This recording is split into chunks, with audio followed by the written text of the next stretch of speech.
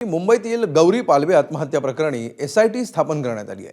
Police उपायुक्त रागसुधा R यांच्या अध्यक्षतेमध्ये एसआयटीची स्थापना झाली आहे। दरम्यान सामाजिक कार्यकर्ते अंजली दमानिया यांनी आज मुख्यमंत्री फडणवीस यांची भेट घेतली। यावेळी विधान परिषदेच्या उपसभापती नीलम गोऱ्हे आणि गौरी पालवेंचे पालक उपस्थित होते। गौरी पालवे हिनं 22 नोव्हेंबरला राहत्या घरी आत्महत्या केली होती। या प्रकरणी तिचा पती अनंत गर्जे हा सध्या न्यायालयीन कोठडीत आहे। या सगळ्या प्रकरणाचा सखोल तपास व्हावा अशी मागणी गौरी पालवेच्या कुटुंबियांनी केली आहे।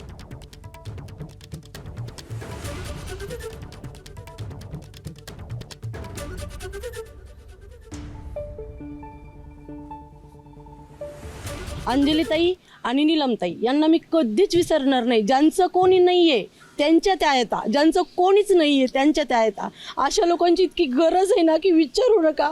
त्यांच्यामुळे मी आज इथपर्यंत आले नाही तर माझं लेकरू मी पांढऱ्या कपड्यात गुंडाळून त्या दिवशी घेऊन गेले असते।